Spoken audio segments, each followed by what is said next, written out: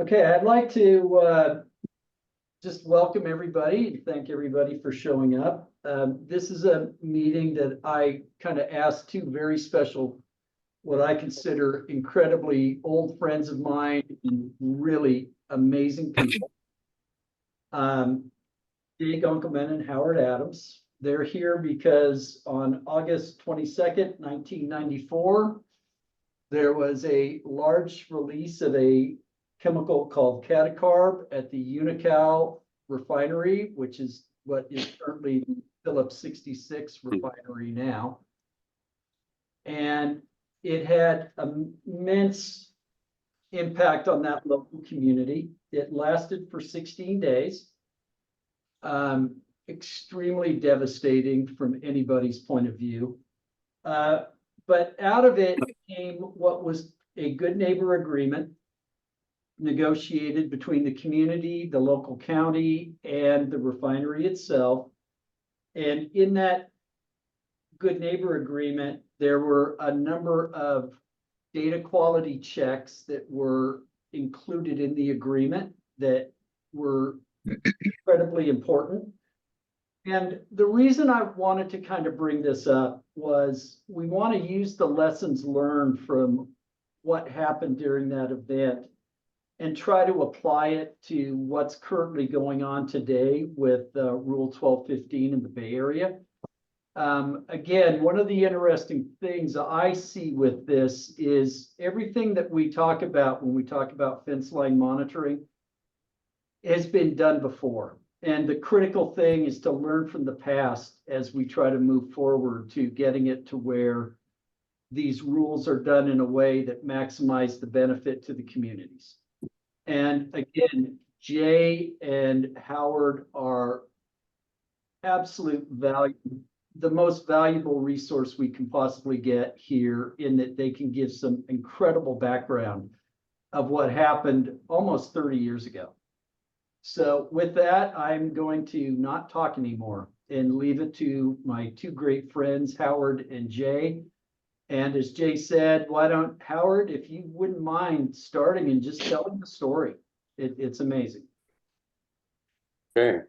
I wish I could say I'm glad to be here, but unfortunately this week has dredged back all the bad memories and frustrations that we encountered back then. It had been safely forgotten about. Life is like a golf game. If we remembered all the bad shots, we'd never play. It's only the good memories that luckily we keep. Anyway, Catacarb, it's a water solution of 3 inorganic salts and 1 organic material, diethanolamine. And it's a water white solution that goes in at the beginning of the process. But during the ensuing process, it then becomes a dispersion of particulate and insoluble brown matter. And it was insidious because as it came out of the leak, which slowly grew over the period of the 17 days, as I recall, by the time at the very end, it was dropping down a invisible odorless release, detected by the accumulation of this brown molasses in tiny spots all over cars, houses, vegetable gardens, over probably a significant dropout over 2 square miles, that even people on the far side of Crockett and out a mile and a half away were getting this deposit. And nobody knew what it was. And it initially became something in the air that caused eye irritation, nose irritation, and over a few days developing into respiratory problems. And that was from the caustic nature of the material. It has a pH of 11.5, which is quite basic and a dangerous level, really, that was causing that initial batch of symptoms. And it wasn't until 3 or 4 months later, a longer term disability showed up. And there's quite a long list, and it was variable. It varied with the individuals. One member of a family would get it, another one wouldn't, or they would have different symptoms. Nobody knew what the heck was going on. I'm thinking that the primary cause of the latter longer term effects were due to the diethanolamine polymerizing in the process.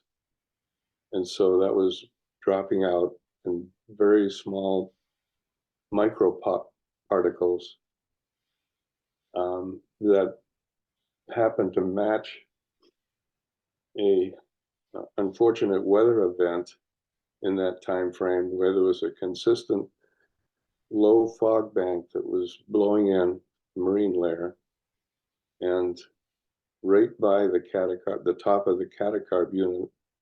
So these insoluble particulates were being adsorbed on the small water particles of the fog, and it acted to coalesce them so that there was this dropout, a rain of these brown particles.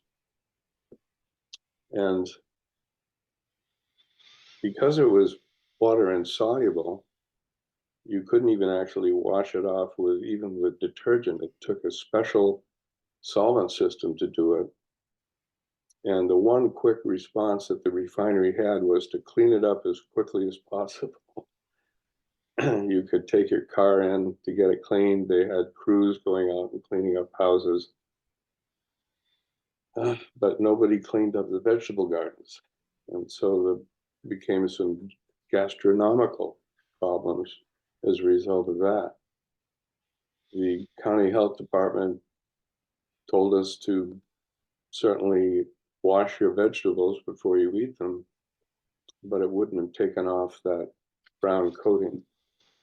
And I guess I'll refer to it as a amine polymer that,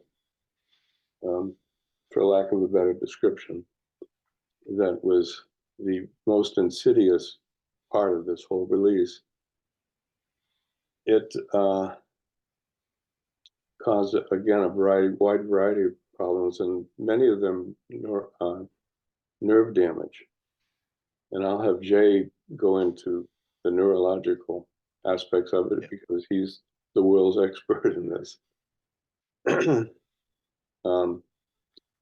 So there was a clinic set up and treated over 1,000 people,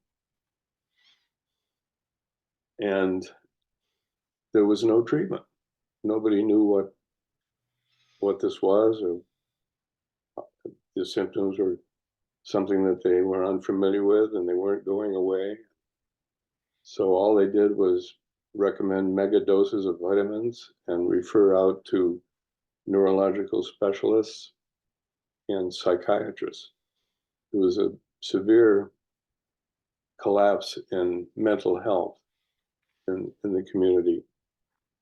Part of the symptoms were malaise, fatigue, depression, mostly over the disabilities that people were suffering in, that they had numbness in their hands, extremities, and skin, and I'd like to insert briefly at this point that we actually ended up with autoimmune markers against myelin, which is the insulation that gives your brain faster processing in white matter.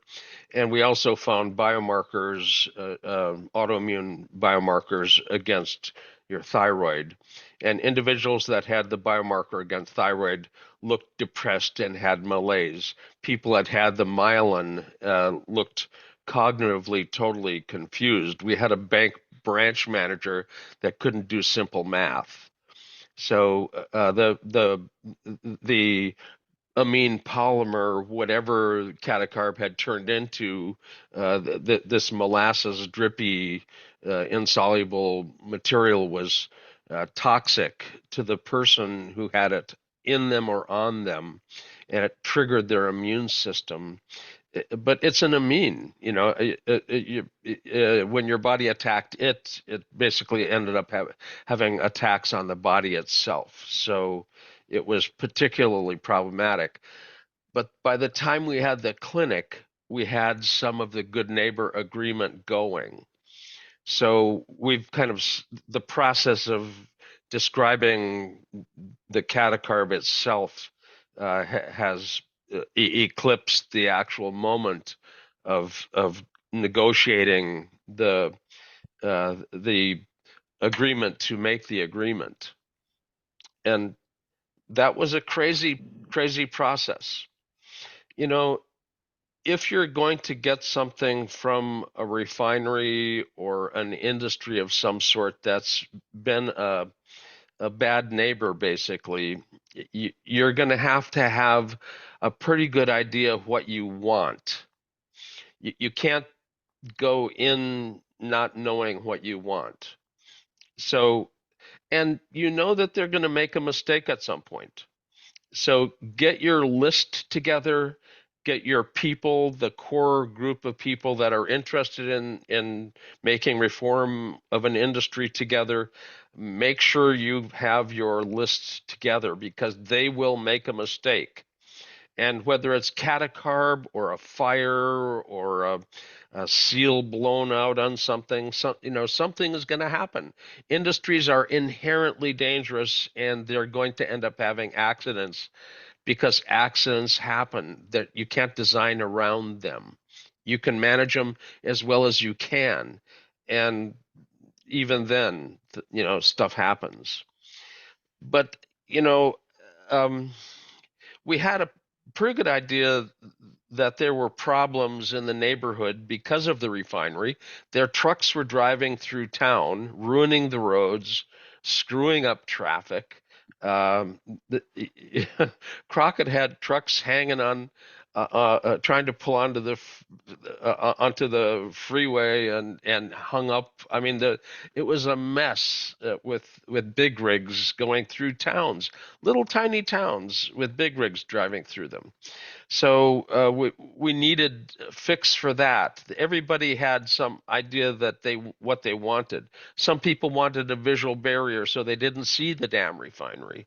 So but you had to have your list of stuff together.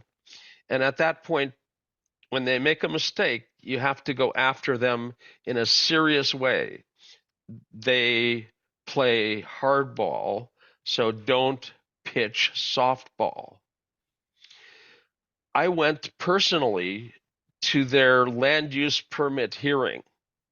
This was not an official act of community. This was not organized. This was just me 30 years ago, pissed because they had dumped toxic waste on our town. Now, they have to have a land use permit to operate. And of course, they're going to get their land use permit. So I went in to give my 3 to 5 minutes comment. Put your little card in and make your comment when that item comes up on their review. Commissioner Clark and the commissioners are up on the dais, sitting there overlooking. The refinery management and their lawyers are over on that side, and I'm sitting over on the other side. They call me up, and basically I say, I use gasoline. I'm not trying to shut down the refinery. I'm not trying to deny their permit, but I would like you to hold their permit in abeyance until they come back to you with a good neighbor agreement. And the refinery, kind of in a hubbub, said, it's an unincorporated township and there's no such thing as a good neighbor agreement. There's, you can't hold us to this kind of a standard, blah, blah, blah. And then Commissioner Clark, who kind of rolled his eyes when I said I would like to hold the hearings in abeyance. I mean, he wasn't really going for it. Um, uh, they said, "What the hell is a good neighbor agreement?" And Commissioner Clark looked at me and asked, "What do you mean a good neighbor agreement?" Now, I'm figuring I'm going down in flames because he's rolling his eyes and looking at his watch. So I got nothing to lose. I looked over at the refinery management and everything, and I said, okay, as neighbors, if you don't throw your garbage over the fence, I won't shoot your dog.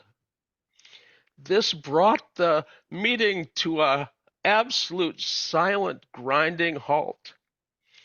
Commissioner Clark was not going for this at all. I mean, I think I offended his sensibilities, and probably somewhat deliberately so. The manager of the refinery stood up, and this is where everything went south for them. He said, "You don't have the right to hold up our permit." Commissioner Clark's nostrils flared, his pupils got big, down came the gavel. Boom. The hearings are held in abeyance until you come back with a good neighbor agreement. There is the town is an unincorporated township. And there's no one, I mean, there isn't anybody to negotiate with. Their their lawyers were bumping into each other. It looked like a Keystone Cop episode. What the hell are we going to do, kind of a thing. And one of them came over to me and said, the town is unincorporated. Rodeo and Crockett are both unincorporated townships. There isn't anybody to negotiate with. Who do we negotiate with? And I said, well, me. And you know, the, what are they going to say? Well, the refinery said, well, we'll meet you in the refinery in 2 weeks and we'll talk about negotiations. So I went home, and rumor mills being what they are, the word got out that this had happened. And I got a phone call, and it's a little town, Crockett's, 3,200 people.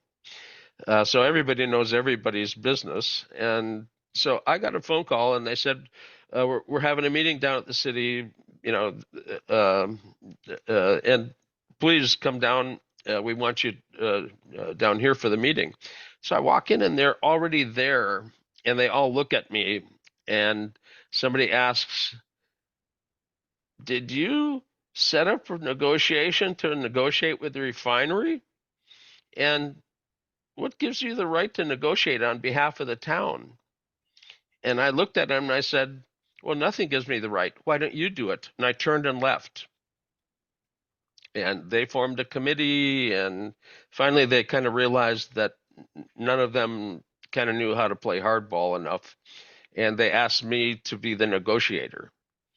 So I was I met with the refinery, and we scoped what we were going to be talking about, which included the clinic. It included extending highway from the end of Cummings Skyway down to the old highway, which the trucks were cutting across, which gave the trucks a way out of the refinery without going through the town. We negotiated trees being planted. We negotiated funding for the school, $150,000 a year to the school, 150 to Rodeo, 150,000 to Crockett. That went for 15 years, and that was to be renegotiated. They renegotiated not in great faith. They kept the school and they dropped the 2 towns at the end of the 15 years. But at least we got that funding for a 15-year period. But they also had agreed to design with us a state-of-the-art fence line monitoring system. Now, it when it came time to go back to get things rolling, their idea of state of the art and our idea of state of the art didn't exactly match up. They thought they would build a little hut on the fence line with a pump in it that sucked air through a hole on the wall. If something hit the hole on the wall, it would be sucked through a gas analyzer that would tell you that something was detected. That's a fence line monitoring system. Oh, hit the damn little hole. Well, we had in mind the use of lasers, and there had never been one like this in industrial use. But these were big lasers and big lasers, not little pen lasers, and they were shooting almost a kilometer long beam. And any chemical that went through the beam left a spectral fingerprint. It would absorb energy, kind of like sticking your hand up in making that's a rabbit. You can tell from the spectra what chemical is in the beam.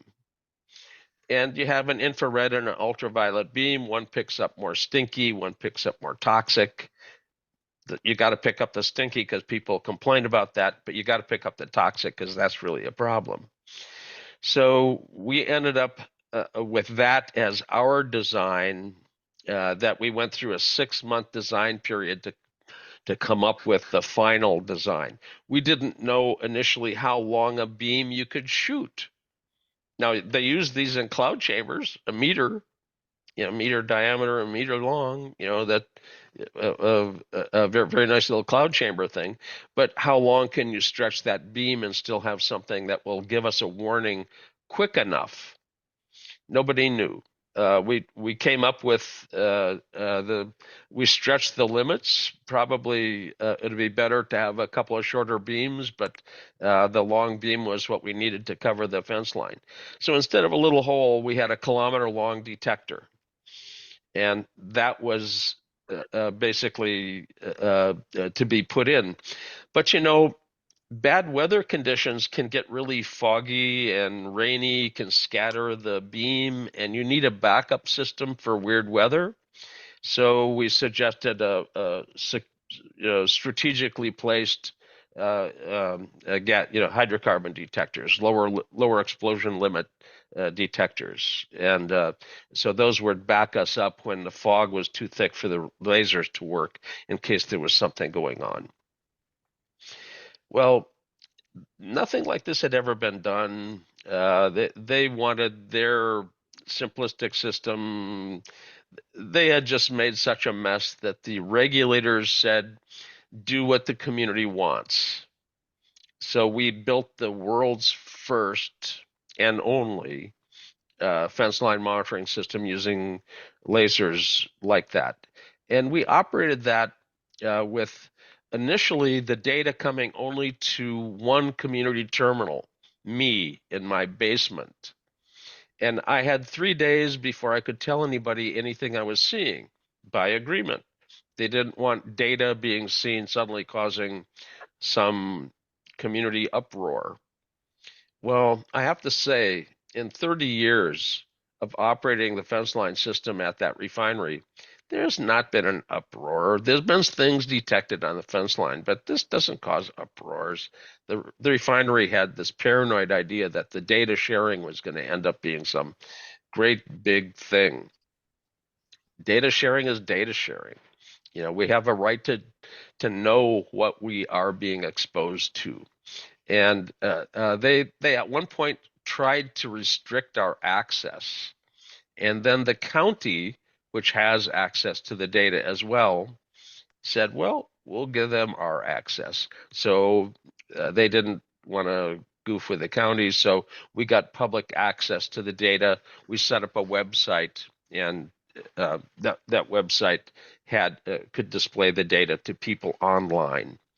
So it evolved from a computer terminal in my basement to being something that was eventually online, and we could see the measurements, but we could also ask for the raw data. The raw data can be manipulated pretty easily. If essentially we've got a beam and we're subtracting a clean air beam from the beam that we've got. The clean air beam has some things in it that are there in clean air. So some little spectral peaks are sticking up, and you subtract those from the beam you're looking at, and the ones that are still there are things that shouldn't be there. So if you don't have a clean background pattern to subtract, you could subtract a lot of bad things by having a dirty background pattern. So the operation of the laser system needs to be looked at carefully, and having access to the raw data allows you to analyze it afterwards with background patterns that you can pick yourself. So having public access to the data makes a huge difference, and it keeps things honest. The other thing that we learned the hard way was you've got to have these things operating. About the time you really need them, they might not be working. And did they shut them down or what? So you end up having to negotiate an online efficiency. We usually set something up for 95% of the time things are operational. And operational doesn't mean it's operating inside the refinery. It means it's operating and getting the data out to the public. That the system is not just the monitoring, it's also the delivery of the data. So we've learned that the hard way, and we also did a couple of renegotiated upgrades to the system over time.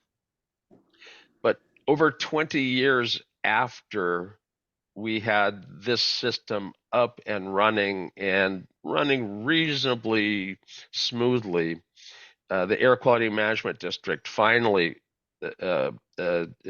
convened a group, including myself and Denny Larson. Denny's passed now, to advise them on what's the best system to monitor refineries.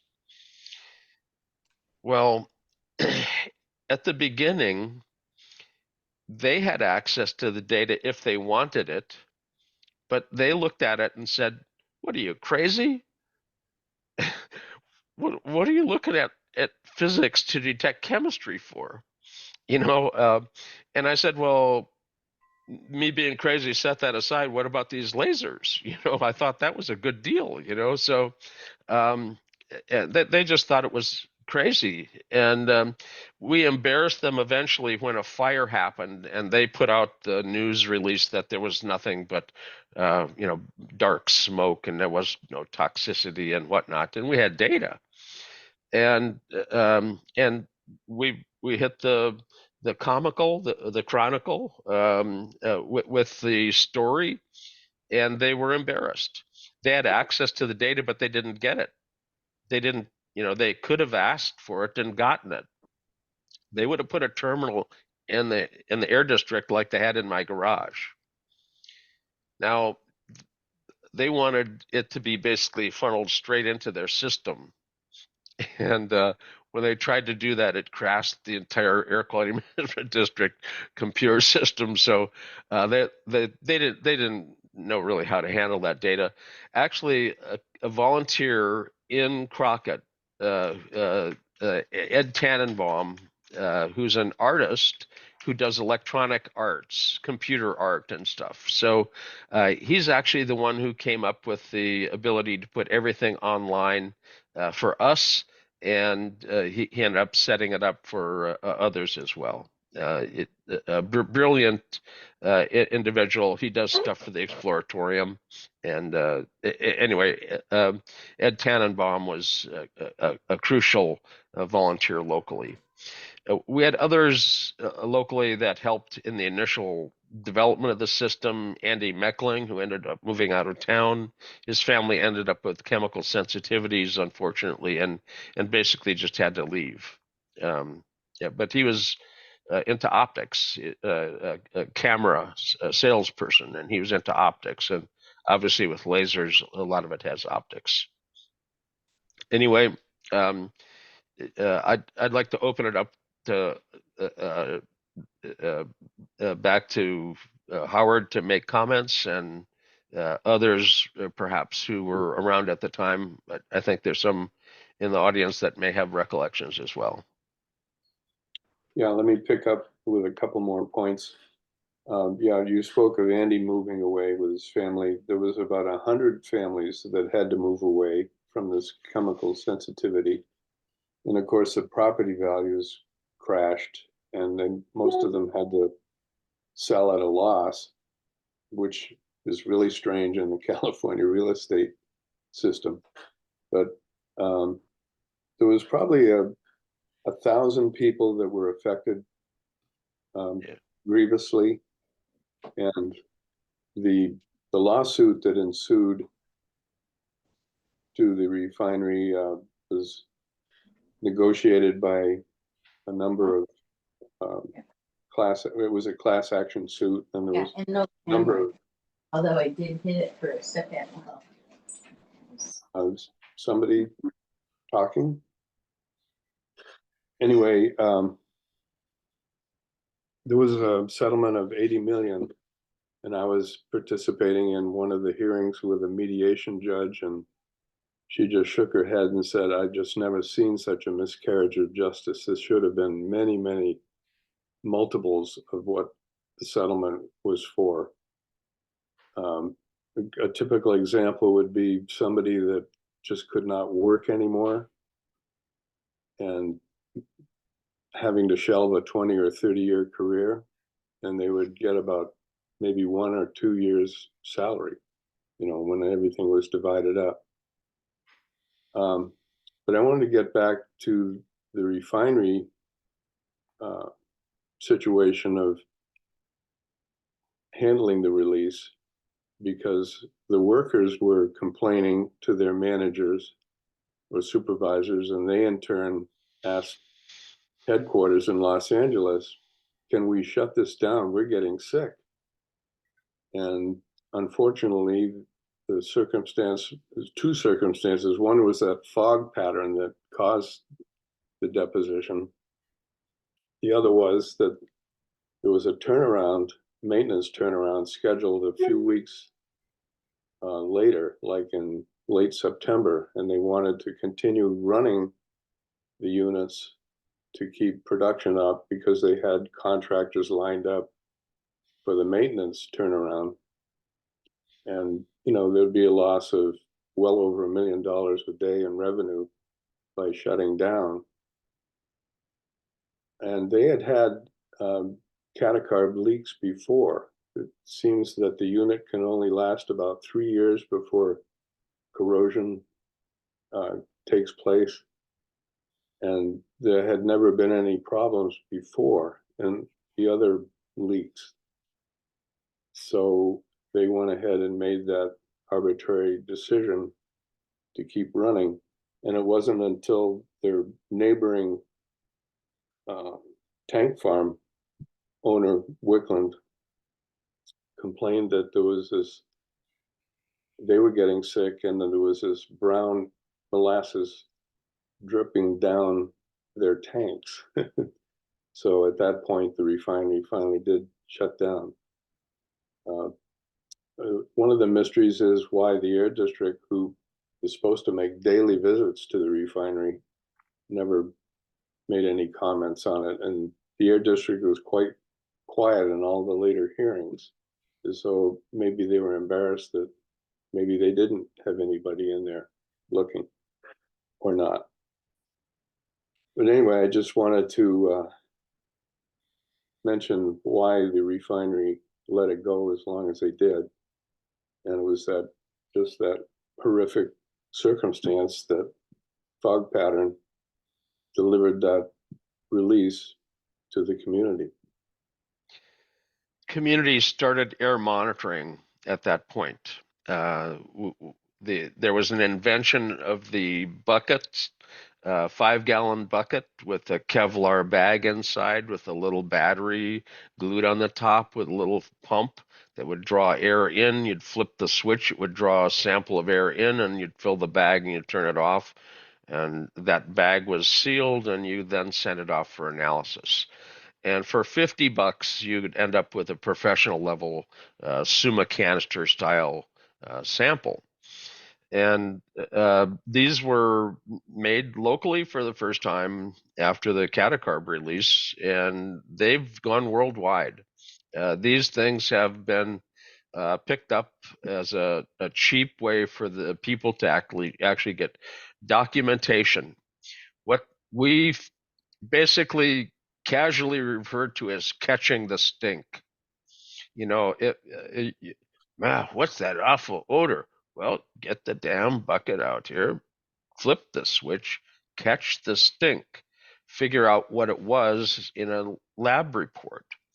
And you can end up having an actionable sample because it's a quality sample. Now, yeah, there's thing chain of custody, all sorts of things you have to do to make it work properly. But that was the first community air monitoring, and we ended up with a short little laser that had a 20-meter beam with mirrors bouncing back and forth inside of a tube. That was a community monitor that was given to the community. That was called the Hound, and it could kind of sniff out a release that was present in the community, not necessarily at the fence line.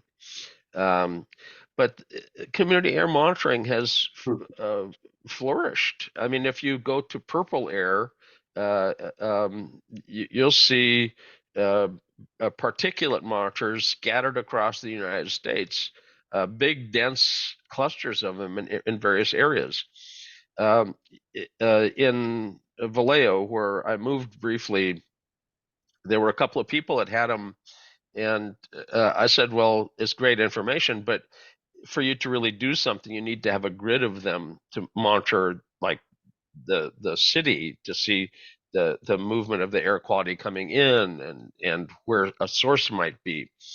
And they didn't have a budget for it. Well, I ponied up a few $1,000s for them to buy like 15 of these little cheap monitors and strategically place them through the community to end up with a grid. So they've got community monitors, and they have a good group running that now. Their school system was actually shut down during the fires because of the data the community had. The air district didn't have a monitor telling them anything, but we were showing hazardous air quality levels with a Purple Air monitor scattered throughout the town. So they shut down the school system. Not, you didn't want kids going out for recess into hazardous air. So community monitoring basically flourished after this Catacarb incident. It's one of the kind of upsides of this event is that some of the things that were invented coming out of it have been good ideas, basically. The laser solution for fence line systems for refineries, for instance, again, mandated, not well managed, but mandated. And I'm sure Don can talk a lot about the air quality management district's less than stellar management of the systems. When they came out, they were all proposed. I sent in letters of comment. They appeared to basically just disappear. I pointed out sections that weren't being monitored, sections of fence line not being monitored. They're still not being monitored. So, but by standards that they were supposed to meet, they should have been monitored. So anyway, the air district um, is well, it's the air district. There's some nice people in it here and there, but goodness sakes, as a management tool, they they're terrible. So Jay, could I interrupt just, one key point that we haven't addressed in setting up fence line monitoring is you need a two fence lines on yeah, either side of the institution that you're monitoring.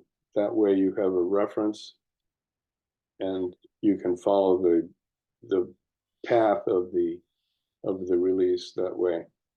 And ironically, the fence line systems would not have picked up the Catacarb release because there's just no material in there that would have absorbed in the infrared or UV.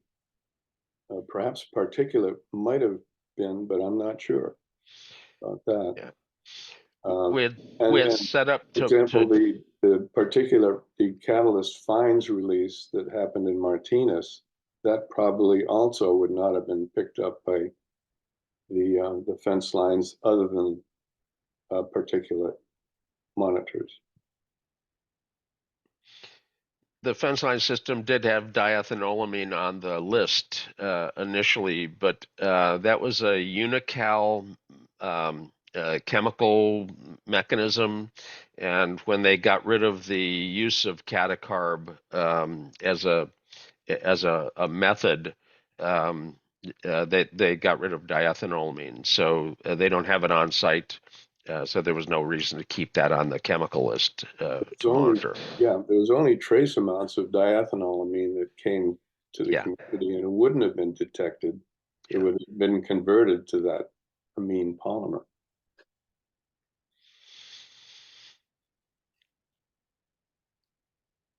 So the community did, I think, an effective job. Um, the negotiations were intense. The community members had a great deal of anger. We would go into the meeting with maybe 8 or 10 people and the negotiator, and the people that were in the meeting could only speak if I let them, and if I told them they had to be quiet, they couldn't speak. So it was kind of good cop, bad cop. I was the only one that was protecting the refinery from the rabble of the community in the meetings, and we negotiated, I think, a fairly good package. They extended the freeway. I think all totaled it was like $28 million of stuff. Um, that mostly refinery improvements. There was a fire audit. There was a safety audit. The community was involved in the audits. It was an interesting process, and we negotiated quite a bit of stuff, a very broad, including plantings along the freeway. If you're driving in Rodeo towards the refinery, on the right-hand side, you'll see some large conifer trees. You don't really see the far tanks and the process units and stuff. They've got a visual barrier now. All that was part of the planting. Obviously, the fence line system itself. And anyway, it was, I think, quite a successful negotiation. The litigation was a class action litigation, and that was a 300 and something $1 million, one of the largest ever at the time. But again, as Howard said, uh, it could have been or should have been larger. When I went in for my interview, there was a judge panel that would basically review case by case and allocate the amount that you got. Um, I I had to declare that my life was saved from the catacarb, so that I wasn't really claiming anything other than having been in town.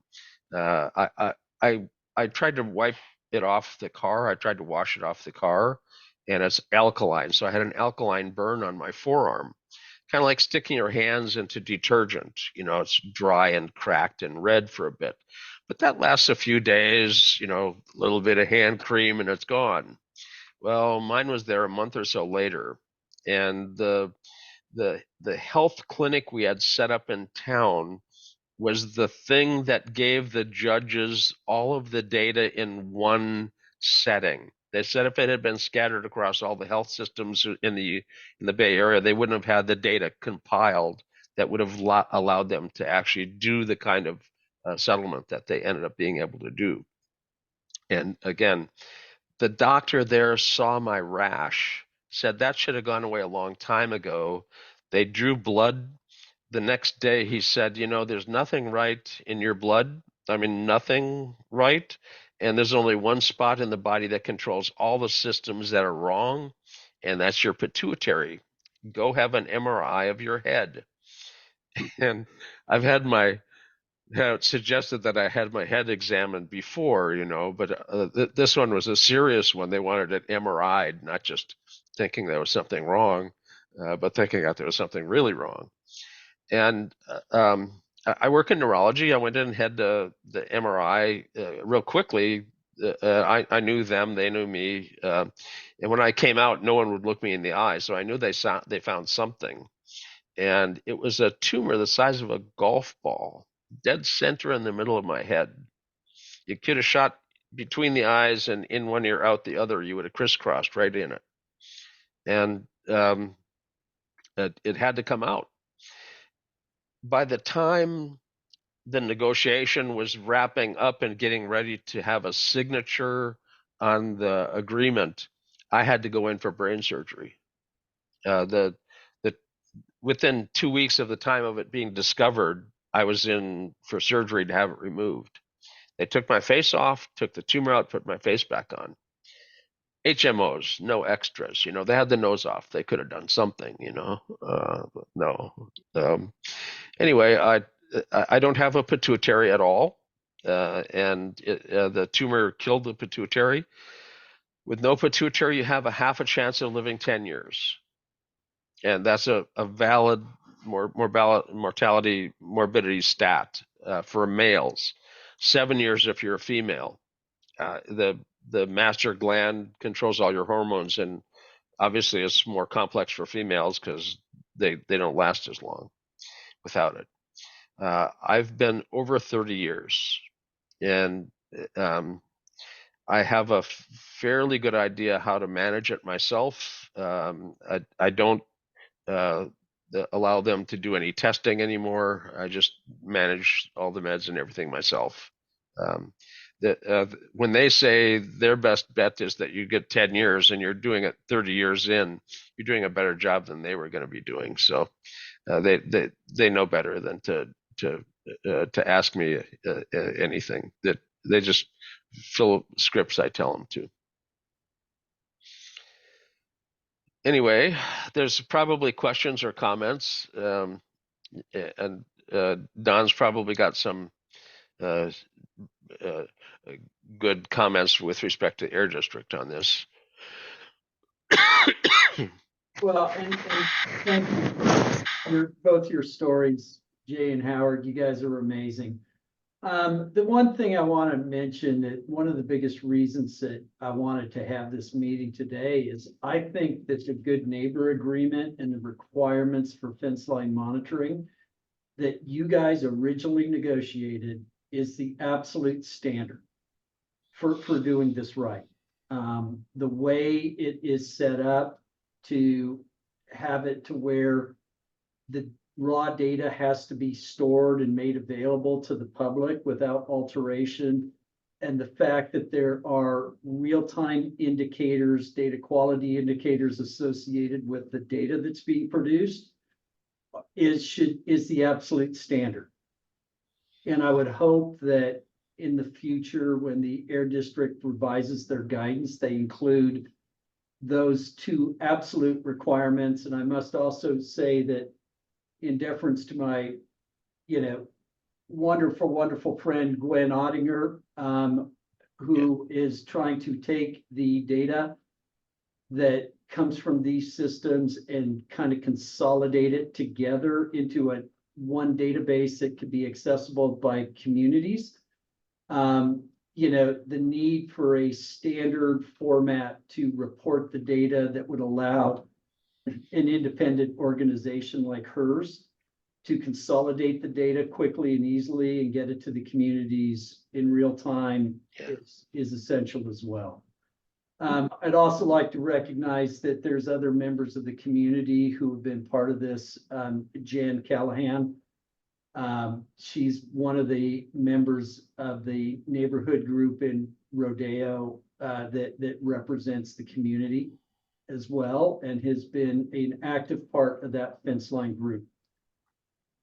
Finally, and then I'll just kind of be quiet about it. The amazing thing here is all of this was done by community members. You guys are important, and you need to understand that. And the beauty of what these gentlemen did, as well as the other members of the community of Rodeo and Crockett all those years ago, just shows that what can be done. With that, if anybody has some questions or comments to both Jay and Howard, or Janice, if you want to talk about what you guys are doing in Rodeo, love to have people participate. Let's start with Eric, and if you could, in deference, raising your hand would be an awesome way. And since Eric Stevenson, former chief of air monitoring for BAA QMD, who now works for Argos, raised his hand first, I got to give deference to our good friend Eric. So go ahead, Eric.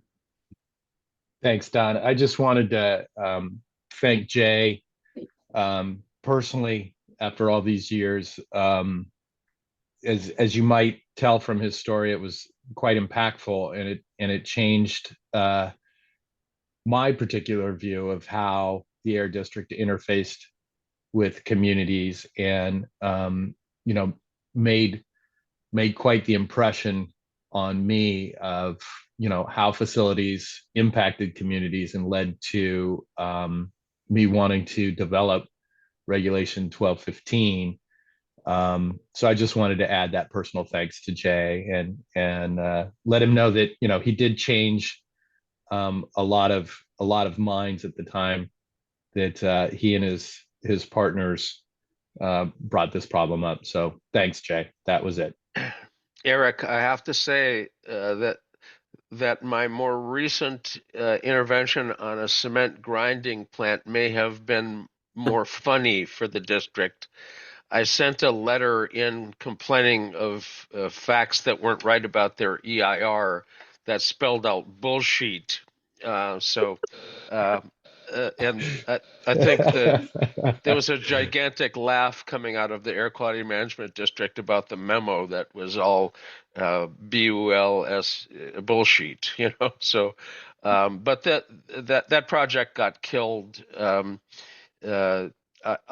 I made public comments after the EIR process was closed, and there's no real ability to make a comment at that point. But in my 3-minute comment before the city council, I basically suggested that the document was fraud, and they should sue them for perjury. It was submitted under penalty of perjury, and it was a fraudulent document. And detailed bullshit the items that were not correct. That got to the California legal system, and they actually hired a 30-year experienced EIR specialist to look at the document. A couple weeks later, they sent a letter to the city saying that document you have can't be used as the basis of a decision. So there went that one, anyway, I think that one was probably a lot more fun. It was impactful, but I think it was a lot more fun at the same time. I was, I'm considering myself a dead guy already for 30 years. So I try to have as much fun as I can. and writing a memo with the headers as bullshit just seemed appropriate at the time. I've always appreciated your humor. Okay, Yeah, thank you. I'd like to add thanks to some of the groups that came in and supported us. And Yeah. Jay mentioned Denny Larson with Citizens for a Better Environment. They were very supportive, and it was just great to have anybody that believed us that we were really sick. It wasn't psychosomatic. It wasn't looking for a handout. Yeah. There was another group headed by Rosemary Bowler, but I don't remember the name of her organization. But she came in and did a really publishable study of our small town disability rate versus a reference community, Santa Venetia, same size, but not next to a refinery. And the results were quite conclusive and supportive of us having a real problem. She was with UC Berkeley. Masri Vidito came in, kind of the Aaron Brockovich law firm. They were trying to get people to sign individual contracts, lawyer to person, as opposed to class action. I stood up in the public meeting, and they were there trying to get people to sign contracts, and I suggested in public that people withhold signatures on anything that we were trying to find a class action representative that would take 20%, 25%, 15%, but not half. And if you sign with a one-on-one lawyer, you're going to be paying 40%, 50% of whatever you get to them.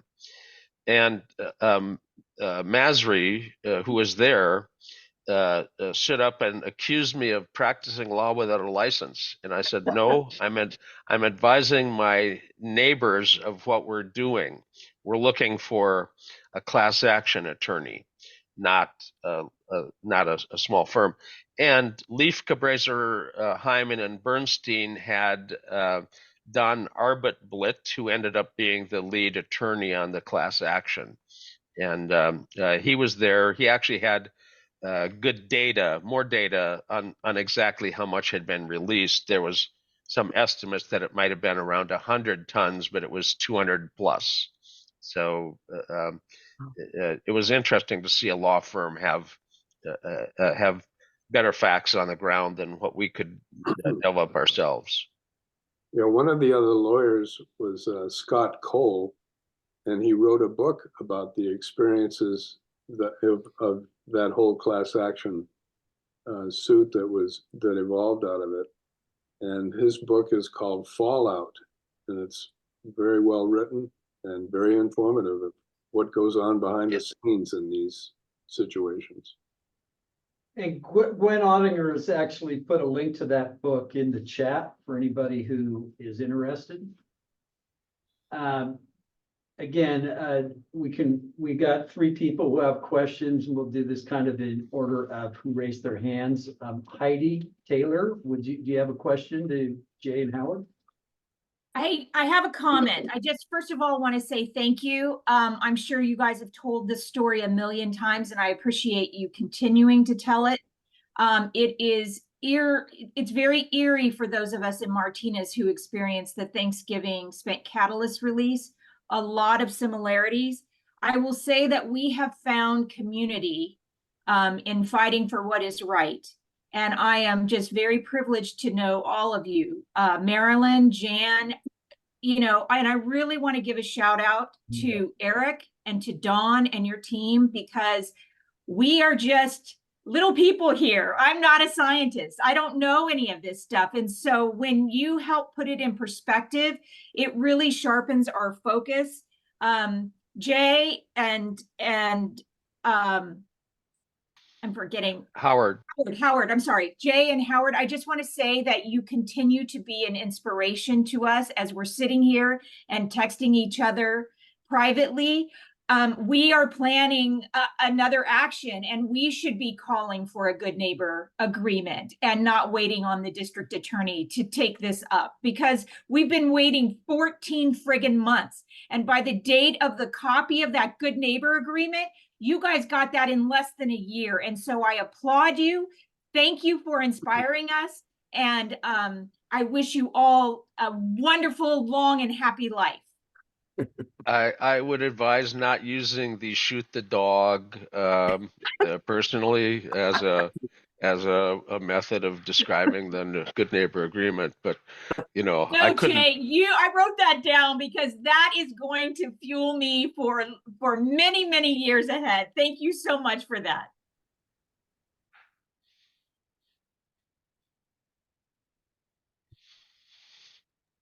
I'm sorry there. Thank you so much. It's, you know, as serious as all of this is, it is fun to laugh. And Jay, I mean, you put this stuff in great perspective. It's amazing. Nancy, Nancy Reiser, do you have a question? Sure. Thank you so much for this information, and for your support of our communities. I can't tell you how much I appreciate it. Listening to the story unfolded by Jay and Howard, I am struck at the similarities of what the community is experiencing today. The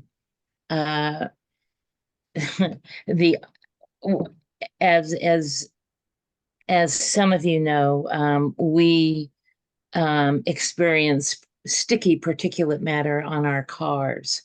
Before the Martinez Thanksgiving release, we were collecting samples from our cars using sample collection kits provided by McCampbell Analytical. And we sent them to McCampbell, had them analyzed.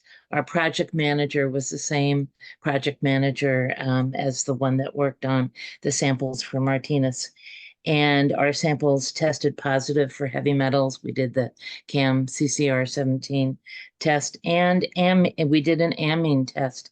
And interestingly enough, dianthum, I'm not sure if I'm pronouncing this correctly, dianthamine was detected.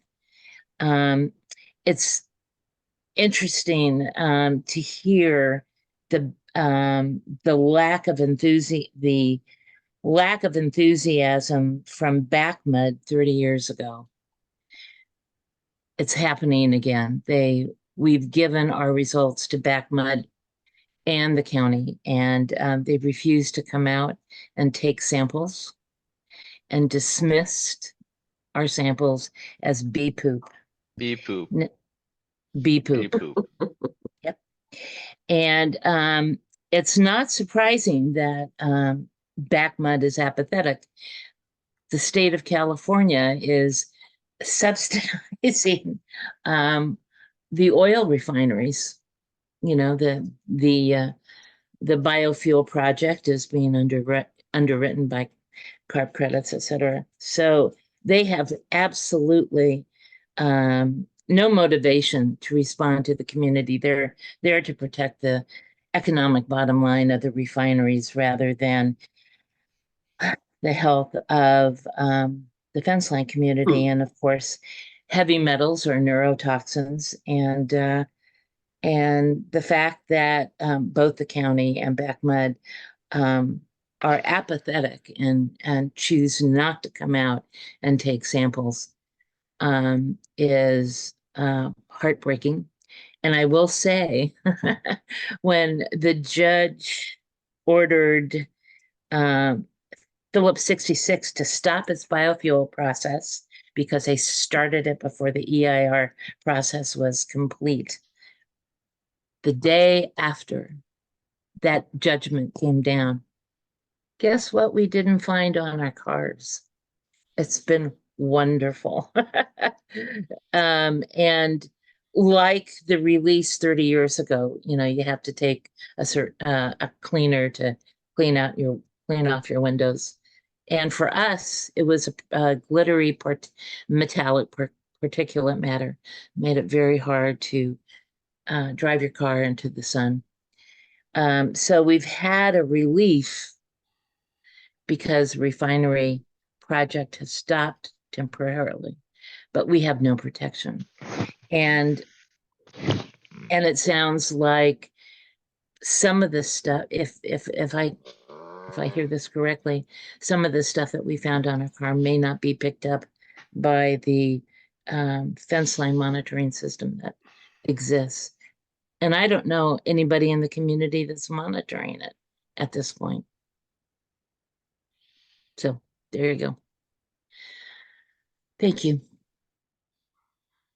Thank you, Nancy. And again, we can follow up, but I mean, I think one of the technical questions is that we need to address is there may not be a way to do a direct measurement of the catacarb material. I would like to ask Jay, who's your friend? That's Rhodesian Ridgeback, Sky. He's 100 pounds at 1 year, and he'll be about 120 given another 2-3 months. Luckily, he's very friendly. Well, we're glad Sky's with us today as well. Yeah, that's wonderful. Bruno's here too. Oh, there you go. Howard. Awesome. Great. Great to see. Only 15 pounds though. There you go. Well, again, they're all, you know, it's one of the best things, best kind of companions to have. So that's awesome. Maureen, do you have a question or a comment for Jay and Howard? Yeah, I have both. Thank you so much, both of you. You are awesome, and I rarely use that word. And inspiring, and I am going to use your quote about shoot the dog. That's it. I have two questions. One has about vanadium. What, can you give any thoughts about vanadium? Because I know it was mentioned in the lawsuit. And I don't even know if Purple Air picks it up as a particulate matter, how we monitor for it, but I'm telling you, I'm with the Hazmat Commission. Yeah, They Purple Air treat it picks like up background level, like it's nothing. Purple Air picks up particulates regardless of what it's comprised of. It just identifies particulates. So vanadium's a catalyst. It's used in refining, and the catalyst ends up being done either in a honeycomb or in a pelletized bed technique, and it can end up degrading, and obviously it was part of what was in the catacarb that was dumped in the town. They actually had it measurable there, but it's also in the apparent bee poop. I don't know where the bees are finding these vanadium flowers, but the bee poop off the windshields had vanadium in them as well, and there's not a lot of industries that use a lot of vanadium. Refining is the likely source. Cool. And one other question has to do with the industrial safety ordinance. I think different communities are starting to use that as a tool to monitor refineries as well as air. And are these ISO audits effective? Can we build air monitoring into them? I don't know. I just question. I think the one unique thing about the fence line system at Phillips 66 is that it's on the land use permit. Everybody else is being regulated only by the Air Quality Management District's regulations, and this one it's tied to their land use permit. Thanks. Great. Next would be Charles. You have a question? Hi, everybody. You're all such an inspiration for me and for many of the people mutually amongst us. So thank you very much. I'm on the fire board of the Rodeo Hercules Fire District, and of course, Rodeo is a refinery town, and Hercules is next to it. It's pretty close to refinery, but we're kind of out of harm's way to a certain degree compared to Rodeo and say Crockett maybe, because we're not immediately downwind unless the wind changes.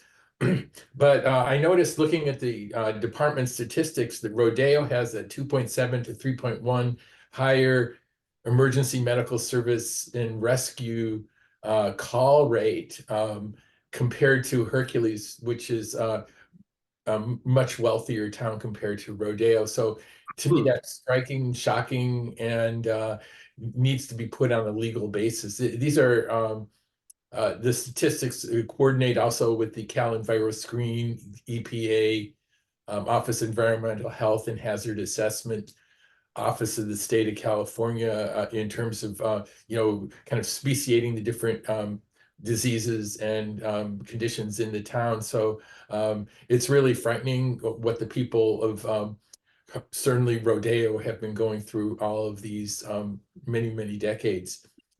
Also, I just did a quick look, and ethanolamines are used to make certain pharmaceuticals like antihistamines and powerful antipsychotics like Thorazine. I used to work in a psychiatric hospital, and that was the go-to drug at the time.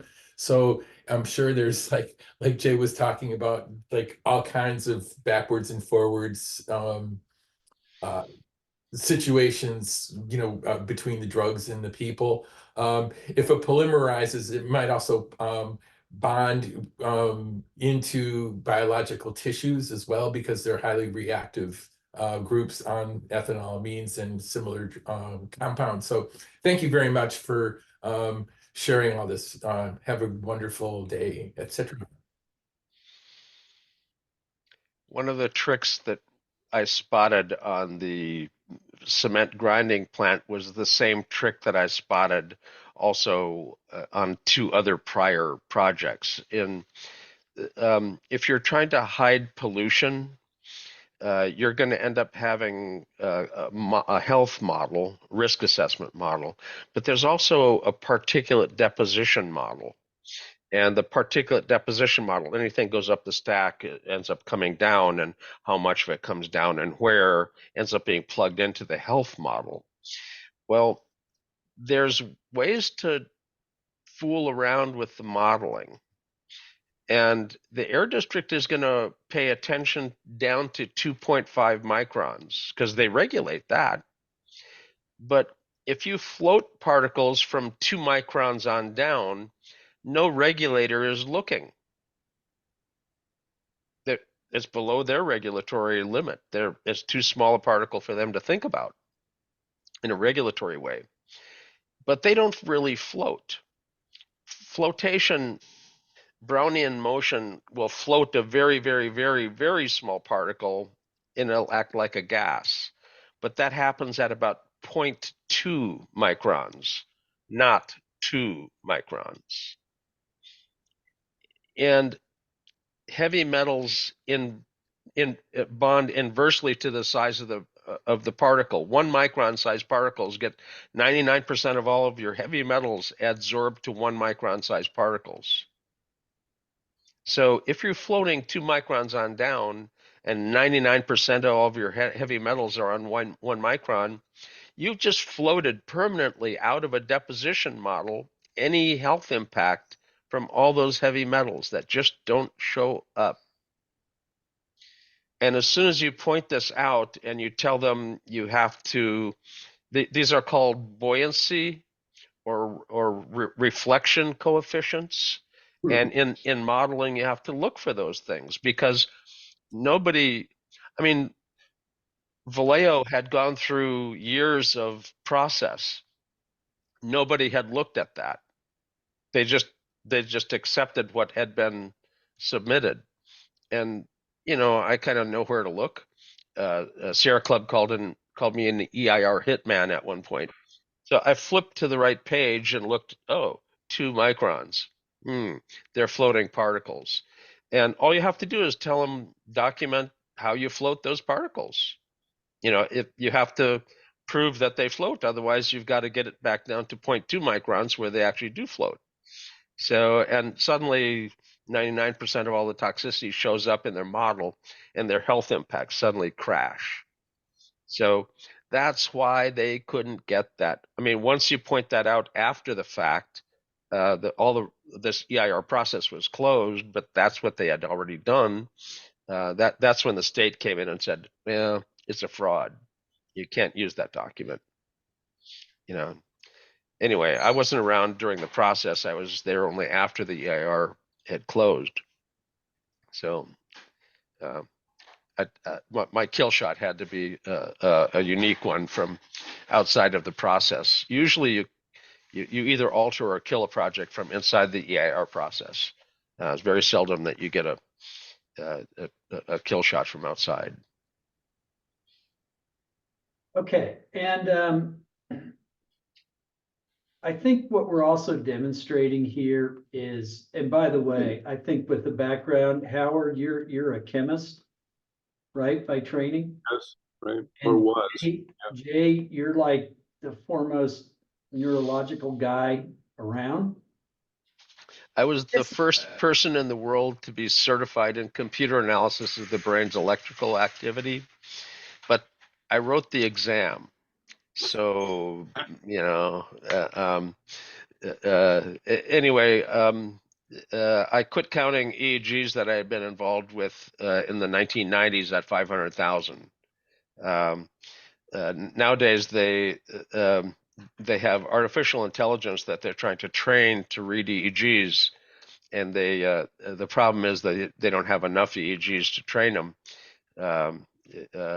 So my experience is still kind of unique, and so old and beat up as I am, I still sit in front of the computer, and I've got a group of 35 people in Australia from 3 o'clock to 5 o'clock today going over raw EEG waveforms, trying to teach them how to read the raw waveforms. So anyway, still active in that. I've got a Monday morning group, a Monday late morning group, a Monday afternoon group, a Tuesday afternoon group, a Thursday afternoon group, and I've got a Friday 2 hour and a afternoon 2 hour, and they flip flop every other week. So I'm teaching EEG raw waveform analysis still, although computer analysis of those waves are what I specialized in.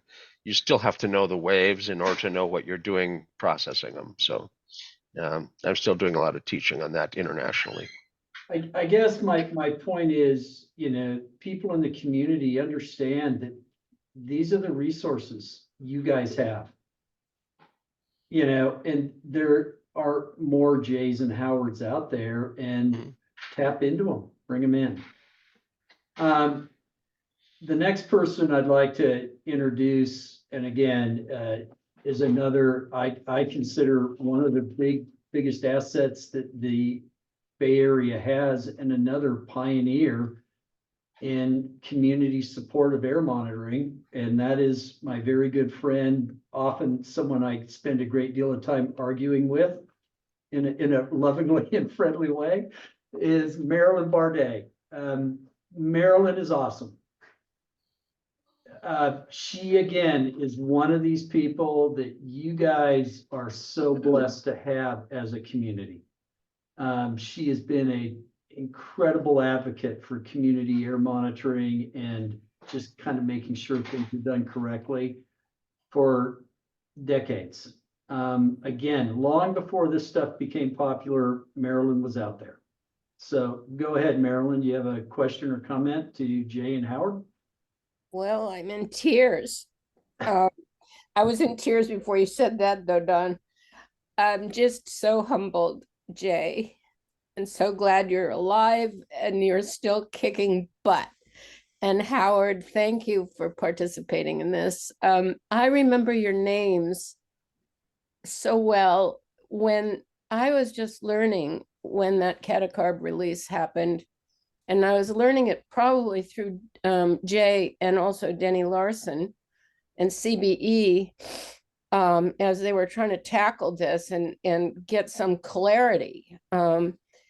I didn't know, we were learning about bucket brigades and how to do those SUMA canisters, and also that they were just sampling air, but they were hiding the spikes. And this interests me.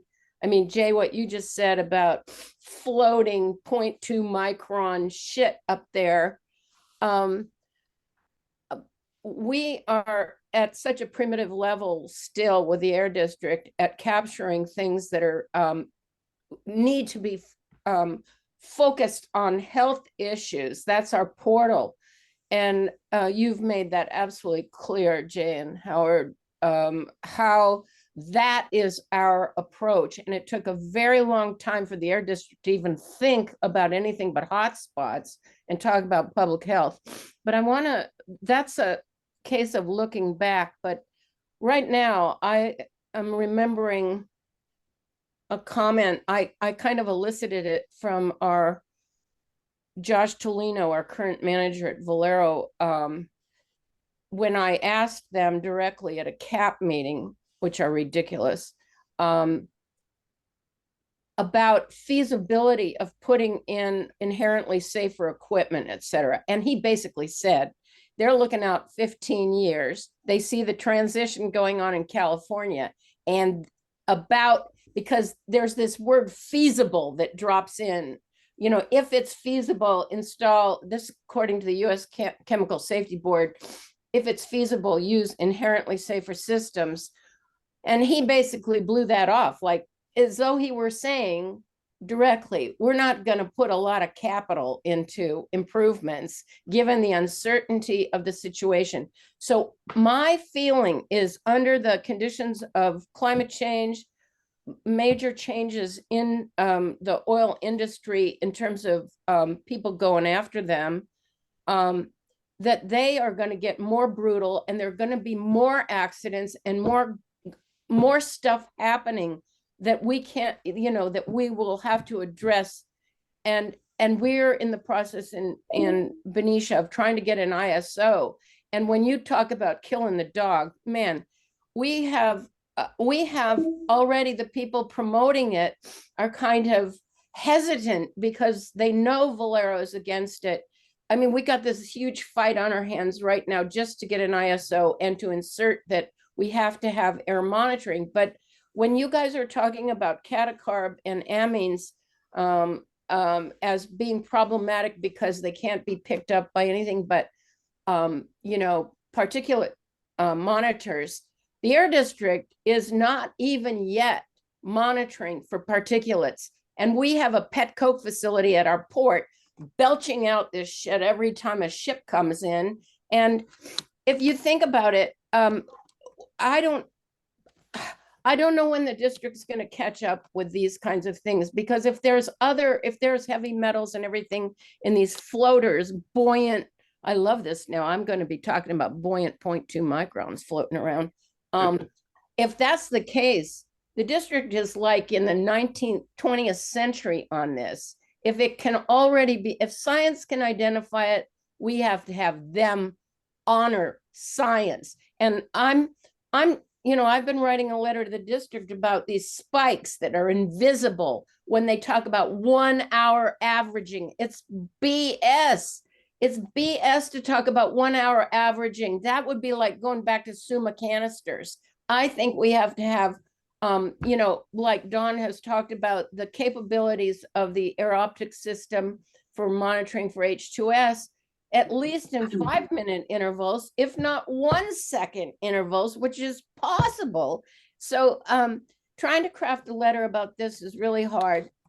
But it's, you give me courage. And I am close to tears. I turned 76 the other day, and a dear friend died on the day of my birthday. So the idea of mortality and public health is huge. It's huge, and we have to use it. We have to talk about this all the time and wake up these regulators who are a little bit too comfy. They're too comfy with what their regulations say. And we're the ones, like you did, you drove it home, that we need tough regulations. If it weren't for you, we wouldn't have Rule 15. And Eric, thank you for that. thank you, Eric, for having listened to Jay and Howard and all those years back when you were trying so hard in your pinstripe suit to make sense of it all for the public. And it began back then. And so thank you, Jay. It's so good to see you. And I love hearing you talk. And everybody keep your sense of humor. It's the only thing that keeps you alive, really. I've got 5 minutes. Happy to stick around that long, but I've got to jump. I've got stuff I have to get to. All right, we'll be very quick with this. But I do want to mention, with the 5 minutes remaining, we'll leave it with Kathy Carriage as our final question person. But for the record, Eric Stevenson does not wear pinstripe suits anymore. He actually hangs out on a surfboard, beard, mustache, kind of gone back to nature. It's a good look. It's a better look. Quickly, the very last person who will have ask questions is Kathy Carriage. And again, Kathy is in a lot of ways amazing in what she's doing these days with both the Air District and CARB and all of the work that she's doing for advocating for the communities as well. So go ahead, Kathy. Kathy, you're muted. How many times have we heard that over the last few years?